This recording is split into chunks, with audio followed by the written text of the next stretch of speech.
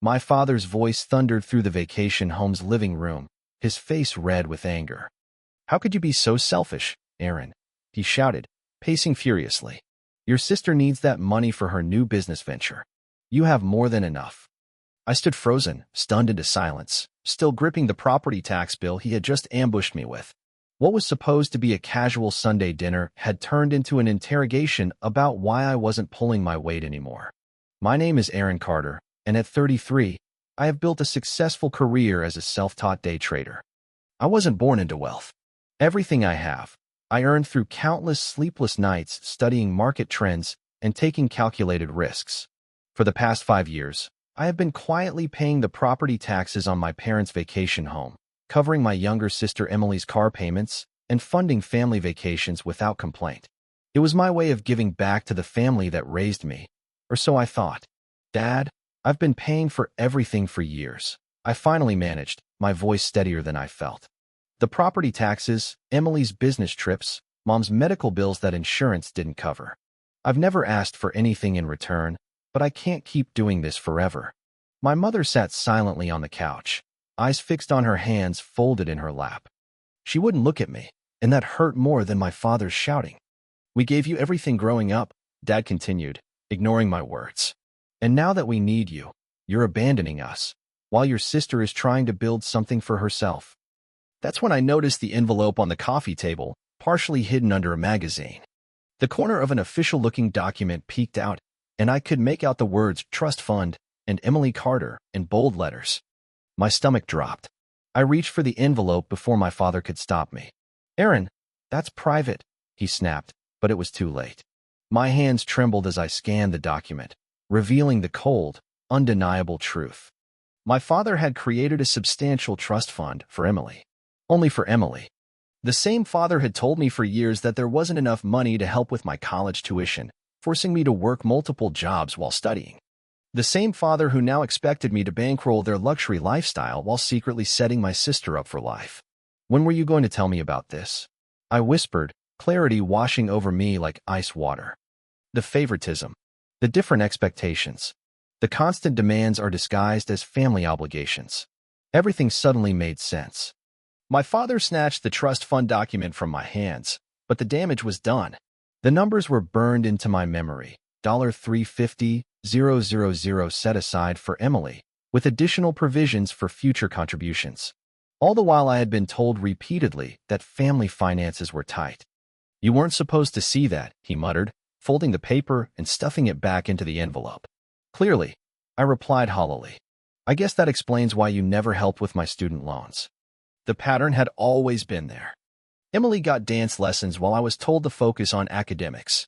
She received a car for her 16th birthday, while I took the bus until I saved enough from my after-school job to buy a used Honda.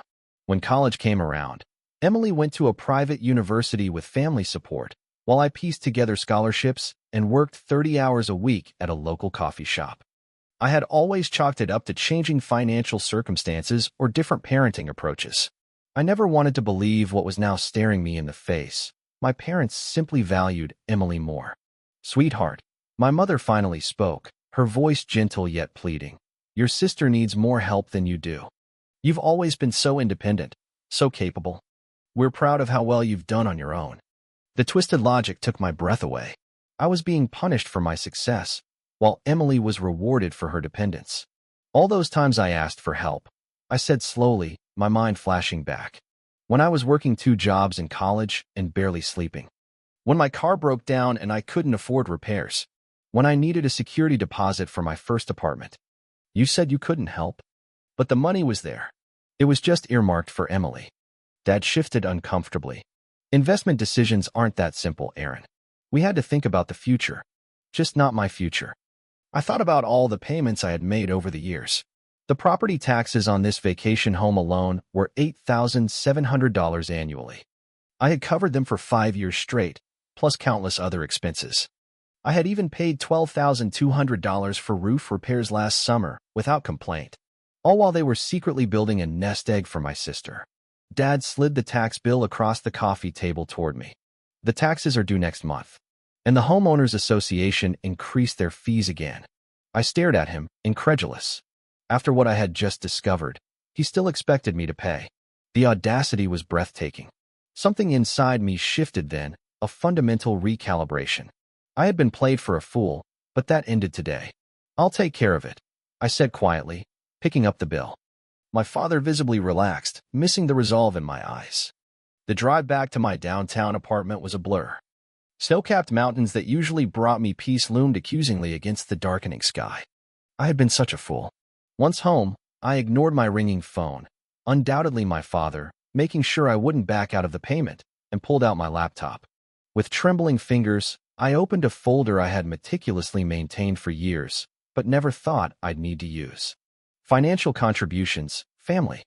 The spreadsheet that appeared represented thousands of dollars I had poured into my family's needs. 5 years of property tax payments, $43,500. Emily's car payments, $11,680. Roof repairs, $12,200. Mom's medical expenses, $8,200. Family vacations I funded under the guise of gifts, $22,400. The total made me physically ill. $118,745 over 5 years. All while my parents secretly funneled money into a trust fund for my sister. Then, a text from Emily. "Dad says you're being difficult about the taxes. Don't be selfish, Aaron." I laughed bitterly. Of course, she would take their side. Why wouldn't she? She had been the beneficiary of their favoritism her entire life. Another text from my father. "We're counting on you for those taxes. Don't let us down." No, thank you. No acknowledgement of what I had already contributed. Just the expectation that I would continue financing their lifestyle while they built my sister's future. That's when I made my decision. Not anymore. The next morning, I called in sick to my home office and drove to meet Daniel Klein, the financial advisor who had helped me build my investment portfolio after I started making serious money 3 years ago. "This is quite a list," Daniel said, reviewing my spreadsheet of family contributions. His eyes widened at the total. "And you've never asked for repayment?" "They're family," I said simply. I wanted to help. Daniel removed his glasses and fixed me with a serious look. "Aaron, your generosity is admirable, but this is unsustainable. You're hindering your own financial future while enabling dependence. This isn't healthy for any of you." "I know that now," I admitted. "I just discovered they created a substantial trust fund for my sister while letting me shoulder all these expenses." Daniel's expression darkened. "That changes things." For the next 2 hours, we developed a plan. I needed documentation, notarized statements of all my contributions, formal receipts, and a complete accounting of everything I had given. Daniel recommended his colleague, a forensic accountant named Victor Hernandez, who specialized in financial disputes. "Are you sure you want to go down this road?" Daniel asked as our meeting concluded. Family conflicts over money can get ugly fast. I thought about the trust fund document, about years of being told there wasn't enough to help me while Emily received everything, about the property tax bill my father had pushed across the table with the casual expectation that I would handle it. "I'm sure," I said, my voice stronger than it had been in days. "It's time they understood exactly what I've been contributing all these years, and what happens when that contribution stops." 1 week later, I sat in Victor Hernandez's office, surrounded by stacks of papers he had methodically organized. "Your documentation is impressively thorough," Victor noted, flipping through bank statements and receipts. "Most people don't keep records this detailed." "Day trading teaches good record keeping," I replied. "So what's the total damage?" Victor slid a document across his desk. The final tally was even worse than my initial calculations. $118,745, plus an additional $14,915 in lost investment opportunities. "Based on your portfolio's performance over this period," Victor explained, "that's a conservative estimate." I nodded, feeling a strange mix of vindication and grief. The numbers made the betrayal undeniable. "What now?" I asked. "That depends on what you want," Victor replied. "If you're seeking legal restitution, we could build a case, though family financial matters can be complicated without written agreements. If you're simply documenting this for your own closure or as leverage in family discussions, we can prepare a comprehensive financial statement." "The second option," I said. "For now." As Victor prepared the documentation, my phone buzzed with texts. "Dad, Haven't received the tax payment yet. The due date is approaching. Emily, Dad says you're being difficult about money. After all they've done for you? Really, Aaron? I silenced my phone without responding. Let them wonder. 3 days later, I received a notarized financial statement from Victor's office. The document detailed every cent I had contributed to my family over the past 5 years, categorized by recipient, purpose, and date. It included a calculation of lost investment opportunity and a statement from Daniel Klein verifying the legitimacy of the analysis. That same evening, my mother called. Aaron, your father is concerned about the property tax payment, she began, her voice carefully modulated to hide any tension. The due date is next week. I know when it's due, Mom. Well, will you be handling it? You've always been so reliable about these things. The casual assumption in her voice ignited something in me. 5 years of payments without a single thank you. 5 years of giving while they secretly built Emily's nest egg. Not this time. I'm not paying the property taxes anymore, I said quietly, or any other family expenses. A long pause. But we're counting on you. The money is already allocated elsewhere. Her voice took on a frantic edge. To Emily's trust fund, you mean? The words hung in the air between us. Another long silence. Your father told me you saw that, Aaron. You have to understand. I understand perfectly, Mom. I cut her off. I understand that I've contributed nearly $120,000 to this family over the past 5 years while you and Dad have been telling me there wasn't enough money to help with my education or housing. I understand that I've been financing your lifestyle while you've been securing Emily's future. That's not fair, she protested weakly. No, it's not, I agreed. And I'm done with it. I ended the call and turned my phone off completely, knowing the real storm was yet to come. My father wouldn't take this lying down. He had always seen my financial support as an obligation, not generosity. The next morning, I opened my laptop and made 3 significant changes. Canceled the automatic payment for Emily's car. Removed myself as an authorized payer on all family accounts. Transferred $120,000 from my brokerage account to a new, separate investment fund labeled My Future. For the first time in years, I felt unburdened.